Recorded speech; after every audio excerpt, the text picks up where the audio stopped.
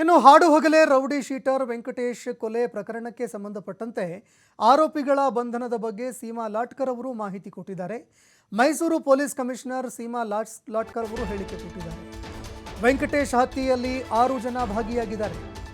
ಈಗಾಗಲೇ ಆ ಎಲ್ಲ ಆರೋಪಿಗಳನ್ನು ಅರೆಸ್ಟ್ ಮಾಡಿದ್ದೀವಿ. ಎಲ್ಲ ಆರೋಪಿಗಳನ್ನು ನಾವು ಅರೆಸ್ಟ್ ಮಾಡಿದ್ದೀವಿ. ಧ್ರುವ ಕುಮಾರ್ ಅನ್ನುವ ಆರೋಪಿ ಮಾತ್ರ ಮಂಡ್ಯ ಮೂಲದವನು. ಉಳಿದ 5 ಜನ ಕೊಲೆ ಮಾಡಿದಂತಹ ಆರೋಪಿಗಳು ಮೈಸೂರು ಮೂಲದವರು. ಹಾಲಪ್ಪ ಹಾಗೂ ಮೃತಪಟ್ಟ ವೆಂಕಟೇಶ್ ನಡುವೆ ಶೀತಲ ಸಮರ ಏರ್ಪಟ್ಟಿತ್ತು. ಒಂದೇ ಗುಂಪಾಗಿದ್ರೂ ಕೂಡ, ಒಂದೇ ಗ್ರೂಪ್ ಆಗಿದ್ರೂ ಕೂಡ ನಾನಾ ನೀನಾ ಅನ್ನುವ ವಿಚಾರಕ್ಕೆ ಕೊಲೆಯಾಗಿದೆ. ಕಾರ್ತಿಕ್ ಕೊಲೆಗೂ ಇದಕ್ಕೂ ಲಿಂಕ್ ಇದೆಯಾ ಅಂತ ನಾವು ನೋಡ್ತಾ ಇದ್ದೀವಿ. ಈತ ಸಣ್ಣ ಪುಟ್ಟ ಫೈನಾನ್ಸ್ಗಳನ್ನು ಮಾಡ್ತಾ ಇದ್ದ ಅಂತ ಗೊತ್ತಾಗಿದೆ. ಮೈಸೂರಿನಲ್ಲಿ ಪೊಲೀಸ್ ಕಮಿಷನರ್ ಸೀಮಾ ಲಾಟ್ಕರ್ ಹೇಳಿಕೆ ಕೊಟ್ಟಿದ್ದಾರೆ.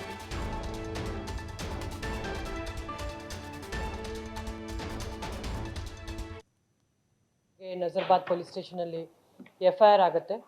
ಅದರಲ್ಲಿ ಡಿಸೀಸ್ಡ್ ವೆಂಕಟೇಶ್ ಅಂತ ಹೇಳಿ ನಾವು ಐಡೆಂಟಿಫೈ ಮಾಡ್ತೀವಿ.